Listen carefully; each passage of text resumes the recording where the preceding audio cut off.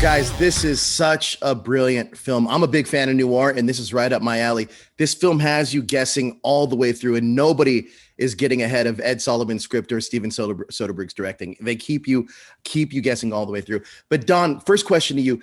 Kurt is really the brains of the operation, and he makes a lot of bold moves in this criminal underworld. What was it about Kurt that attracted you to the role and really interested you in the character?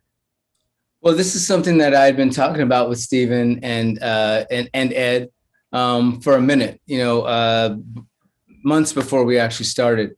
And we were, talking about a place to set this and the kinds of things, the kinds of issues that are brought up in this movie, I think in a very elegant way. It's not hitting you over the head. They're just feathered in things that are very relevant to today.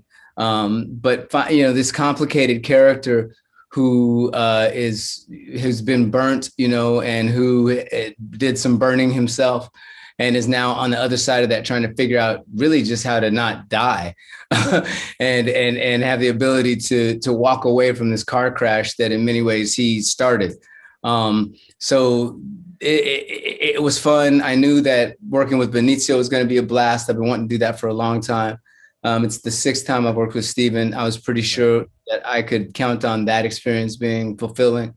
So once we felt comfortable about coming back during COVID, which took a minute, and had to sort of be proven to me that it was going to be possible. And then lo and behold, we were able to get through the script, get through the movie and the filming with no incidents. So we were very, very fortunate and glad to have something to share with everybody. I mean, cinematically, this is a welcome change for me because I'm so used to other types of films, but I really, really enjoyed this film. But Benicio, the setting of this film is in the 1950s, racially charged Detroit. And Ronald definitely has some reservations working with Kurt. How does that the relationship between the two grow? And what fascinated you about the opportunity to play Ronald Russell? Well, Ronald Russo, sorry. Yeah, he's Ronald Russo is a little bit of a character that I don't know if I would like to be friends with myself. Sure.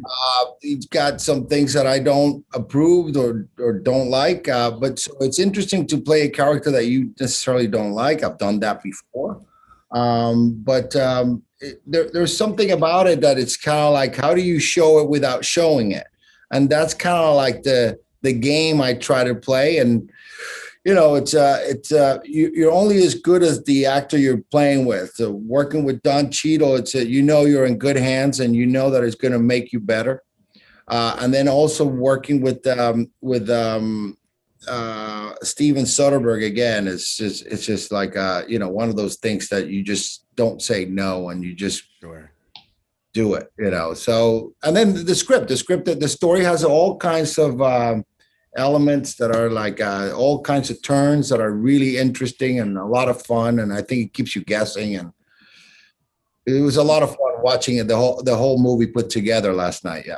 Yeah, Ed Solomon's script is top notch. Don, I want to talk about Kurt, about his voice, because he has this deep gravelly voice. Can you talk to me about finding the right sound for Kurt and some of the nuances you wanted to add to the performance to make the character come to life? Well, in the research, there was a guy I came across whose name escapes me, and I was actually searching for it right before we started this. He's a Detroit bar owner who is about the same age that Kurt would be now, and came up during this time. And that's where his voice sat. And, it was sort of an homage to him and those guys of that era where when you talk like that, it kind of meant something. You know what I mean? It's like that was a dude you had to listen to. And in a way, kind of an homage to my uncles from that same era. One in particular who we call Haas. So, when Haas talks, he talks quietly sometimes, but, you have to lean in and pay attention. And that's just one of the things that I think helped me to flesh out the character. In addition to the clothes, Marcy Rogers did a great job. She's our costumer. And the music that was ultimately added in post by David Holmes, all of these things just sort of like helped you really be in a time and place and very evocative of Detroit, 1950s. Yeah, guys, amazing job. The film is brilliant, and it took me right there, and I was right there with it every step of the way, and it always keeps you guessing. I loved it. Gentlemen, thank you so much for your time. Honestly, I'm honored. Thank you. Thank you.